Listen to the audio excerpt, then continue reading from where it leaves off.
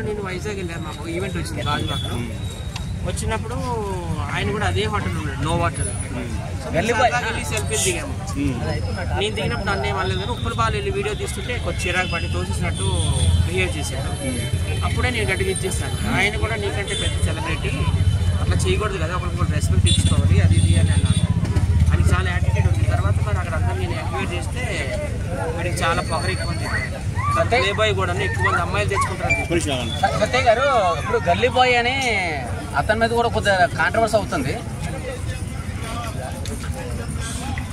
గల్లీ బాయ్ అంటే ఎవరు? సో ఈ మధ్య మరి ఈ టీవీలో కానీ పెద్ద ఛానల్స్ లో ఇర్ఫాన్ గల్లీ బాయ్ అతని మీద కూడా కాంట్రవర్సీ అవుతున్నాయి. కొద్దిగా అది చెప్పండి వైజాగ్ సత్య గారు.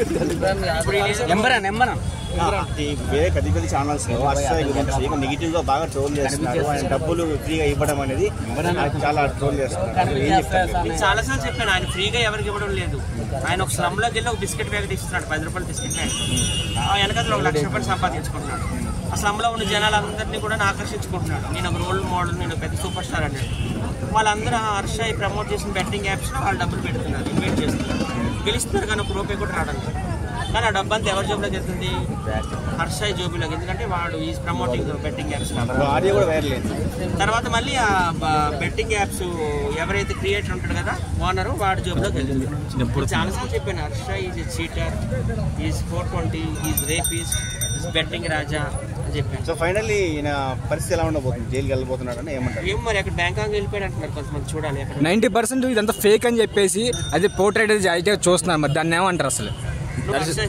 చిచ్చి కాదు, కాకపోతే అది ఫేక్ అయితే ఆయన వచ్చి ఎక్స్ప్లెనేషన్ ఇవ్వాలి కదా పోలీస్ స్టేషన్ లో. ఎందుకు పారిపోయాడు? ఎందుకు? దొంగలే పారిపోతారు కదా, దొరలైతే పారిపోరు కదా. ఆల్రెడీ రాజధాని కేసు చూద్దాము. ఆయన వెళ్ళి పోలీస్ స్టేషన్ ఎక్స్ప్లెనేషన్ వచ్చాడు, ఇలా జరిగింది సార్, ఇలా జరిగింది సార్ అని. లావణ్య ఆయన మధ్య జరిగింది. ఇప్పుడు ఈయన ఎందుకు అట్లా ఇవ్వలేదు అంటే అర్థం ఏంటి? ఆయన పారిపోయాడు, వాళ్ళ డాడీ పారిపోయాడు, వాళ్ళ ఫ్యామిలీ మొత్తం పారిపోయింది, దాని ఫోన్లు కూడా స్విచ్ ఆఫ్ అయ్యాయి. ఏమనుకోండి మరి నువ్వు చెప్పు. మరి కొంతమంది యూట్యూబర్స్ అంటే పాజిటివ్ గా చేస్తున్నారు. ఆయన పేడ్ వీడియో అనుకోవచ్చు అవన్నీ అంటే పాజిటివ్ గా తన మీద పాజిటివ్ గా చేస్తున్నారు. ఇమ్రాన్ ఖాన్ కి మంచి క్వశ్చన్స్ అడుగుతాను. చాలా మంది ఫ్రెండ్షిప్స్ ఉన్నాయి. వైజాగ్ లోకల్ బాయ్ నానితో ఉన్నాయి, ఇమ్రాన్ ఖాన్ తో ఉన్నాయి, చాలా మంది ఫ్రెండ్షిప్స్ ఉన్నాయి. అలాగని వాళ్ళని మనం బ్లేమ్ చేయలేదు. నాకు Uppal Bal best friend. Something is wrong with Uppal Balu, you are not suppose to blame me. నన్ను బ్లేమ్ చేయకూడదు కదా. ఫ్రెండ్షిప్ అంటే అందరూ యూట్యూబ్ అంటే అందరూ ఫ్రెండ్షిప్ చేస్తారు. అంటే సత్య గారు, ఇమ్రాన్ కూడా ఫోన్ స్విచ్ ఆఫ్ పెట్టుకున్నాడు, అతను కూడా కలవట్లేదు ఫోన్. అశసాయి కొన్ని వీడియోలు అతనికి పంపించి ఆయన హస్తం కూడా ఉందని చెప్పేసి కొందరు అంటున్నారు. తెలీదండి, నాకు తెలీదు ఆయన ఎవరికి పంపించాడో ఏంటండి. ఆయన యాక్చువల్లీ 24వ తారీఖున ఈ అమ్మాయి కంప్లైంట్ ఇచ్చింది Mitra Sharma, Narsing police station Hyderabad, evening 4 o'clock. ఇంకా నైట్ నుంచి ఆయన ఏదో ఒక పెట్టాడంట ఇన్స్టాగ్రామ్లో స్టోరీలో, I'm innocent, she is trying to ఎక్కడో ఉండి phone she is trying to robbery me and my Vijayawada lawyer will come out and he will explain what is what అని ఏదో పెట్టిండట ఇంగ్లీష్ లో. వేరే వాళ్ళు చెప్తే నేను విన్నాను. ఇప్పుడు ఆ ఫోన్ స్విచ్ ఆఫ్ చేసి ఆ ఆడియోలు వైరల్ చేయడం అనేది ఎక్కడో ఉంది, అది మీరు ఎలా చూస్తారు? అది ప్రీ ప్లాన్ గా తయారు చేసుకున్న ఆడియోస్ అండి. ఇప్పుడు వాళ్ళిద్దరు లవర్స్ మాట్లాడుకున్నారు. లవర్స్ మాట్లాడుకుంటే ఏం మాట్లాడుకుంటారు? నాకు హక్ కావాలి, నాకు కిస్ కావాలి, నేను ఇక్కడ టచ్ చేయాలి, అక్కడ టచ్ చేయాలి, అది కామనే కదా. ఎవరైనా even you also will talk in the same way. So అలాంటివన్నీ ఎవరైనా రికార్డ్ చేసుకుంటారు. ఎంతో దుర్మార్గపు క్రిమినల్ బ్రెయిన్ ఉంటేనే. అంటే ఆ అమ్మాయి ఏమేమి మాట్లాడితే అవన్నీ ఉంచాడు, ఈయన మాట్లాడినవన్నీ కూడా ఎడిటింగ్ చేసేసాడు. తర్వాత ఆ అమ్మాయి ఎమోషనల్ అయిపోయి, ఏంటి ఎన్ని రోజులు నన్ను ఇలా తిప్పిస్తావు, నువ్వు నన్ను పెళ్లి చేసుకుంటావా లేదా చెప్పని గట్టిగా అరుస్తుంది. ఆడవాళ్ళంటే ఎమోషనల్ అవుతారు కదా, ఎన్నాళ్ళు అవుతారు వాళ్ళైనా.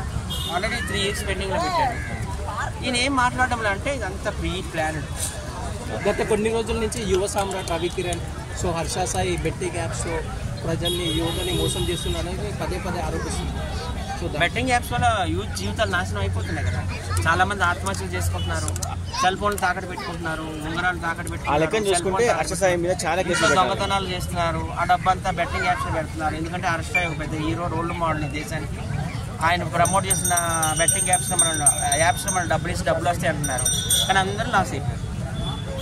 ఈ నమ్ముకొని అందరూ కూడా గోదావరిలో కలిసిపోయారు. అది అందరూ తెలుస్తుంది. అలాంటి వాళ్ళకి మరి ఏం చెప్తారు? బయటికి రావాలని చెప్తారు. ఇలాంటి వాళ్ళు ఖచ్చితంగా అరెస్ట్ చేయాలి. నాకు తెలిసి చంచలగూడ జైలుకి కానీ చర్లపల్లి జైలుకి కానీ ఖచ్చితంగా వెళ్ళాలి. ఎందుకంటే ఈయన మీద చాలా ఉన్నాయి కదండి. బెట్టింగ్ యాప్స్ ప్రమోట్ చేస్తున్నాడని అదొకటి వచ్చింది. వైజాగ్లో కూడా పోలీసులు కూడా మొత్తం తీసుకున్న వీడియోలన్నీ డిలీట్ చేస్తారు ఆల్రెడీ. ఈయన బ్రాండ్ అంబాసిడర్ పెట్టారు కదా దిశ చట్టం కోసం. ఈ అమ్మాయి అయితే కరెక్ట్గా అన్ని ప్రూఫ్స్తో వెళ్ళింది అనమాట, లాయర్తో పాటు వెళ్ళింది. ఇట్లా నన్ను బ్లాక్ మెయిల్ చేస్తున్నాడు, ఇట్లా నా న్యూడ్ ఫోటోలు నాకు పంపిస్తున్నాడు, నా న్యూడ్ వీడియోస్ నాకు పంపిస్తున్నాడని ఇవన్నీ ఫుల్ ఫ్లెడ్జ్డ్ ఆధారాలతో వెళ్ళింది. సో ఆయన అరెస్ట్ అయితే మాత్రం తప్పకుండా అవుతుంది. మెగా మూవీ కూడా ఒక స్కామ్ లో ఒక భాగమే అని చెప్పేసి అంటున్నారు. మెగా మూవీ మీరు చూసారు కదా ఆ రోజు టీజర్ రిలీజ్ అయినట్టు. ప్రొడ్యూసర్ అందరి పేరు చదవండి, మిత్ర అనే ఉంది కదా, ఆమె ప్రొడ్యూస్ చేసింది. She the producer. వీడు ఇట్లానే ఆడవాళ్ళు ట్యాప్ చేసి డబ్బులు సంపాదించుకుంటున్నారు. దీని మీద ఇప్పుడు అందరూ రివర్స్ అవుతున్నారు. ఆ లోకల్ బాయ్ నాని కూడా రివర్స్ అయ్యాడు, ఆయన కూడా బెదిరిస్తున్నాడంట. నేను యువ సామ్రాట్ రవికి నువ్వేమేమో నాకు సంబంధించినవన్నీ ఇస్తున్నావు అని చెప్పి ఏదో అన్నాడని ఆయన చెప్తున్నాడు.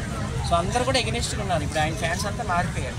సో ఆయన 14 మిలియన్లు ఎంత ఉన్నారంట కదా సబ్స్క్రైబర్స్, వాళ్ళందరూ కూడా అన్సబ్స్క్రైబ్ చేసేయాలని నేను అందరికీ రిక్వెస్ట్ చేస్తున్నాను. ఎందుకంటే ఇట్లాంటి వాళ్ళు మనం సొసైటీలో చీడపురుగు లాంటి వాళ్ళు అర్చారంట.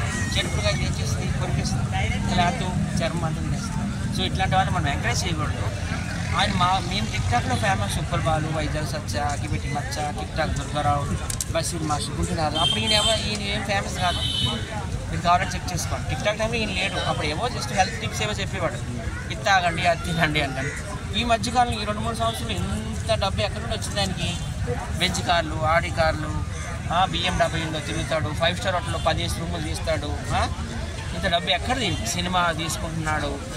ఇదంతా అవినీతి సామ్రాజ్యమే కదా. ఈ అవినీతి సామ్రాజ్యాన్ని బయటకు తీసుకొచ్చిన వ్యక్తి యువ సామ్రాట్ రవి గారు. ఆయన నిజంగా హ్యాట్స్ ఆఫ్ చేస్తారు ఆయనకి. అలాగే మన ముంబై మోడల్ బ్రాహ్మణం, మన ఆంధ్ర అమ్మాయే మొత్తం ముంబైలో సెటిల్ అయ్యారు. బిగ్ బాస్ 5లో కూడా చేస్తున్నారు ఓటీటీ.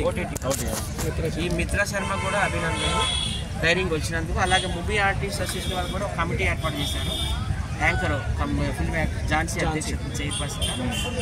ఏ ఆడవాళ్ళు ఎక్కడ హరాస్మెంట్ వచ్చినా ఏది వచ్చినా కానీ తప్పకుండా మాకు వచ్చి కంప్లైంట్ చేయండి, మేము న్యాయం చేస్తామన్నా. వాళ్ళకు కూడా అభినందనలు, శుభాకాంక్షలు. Thank you.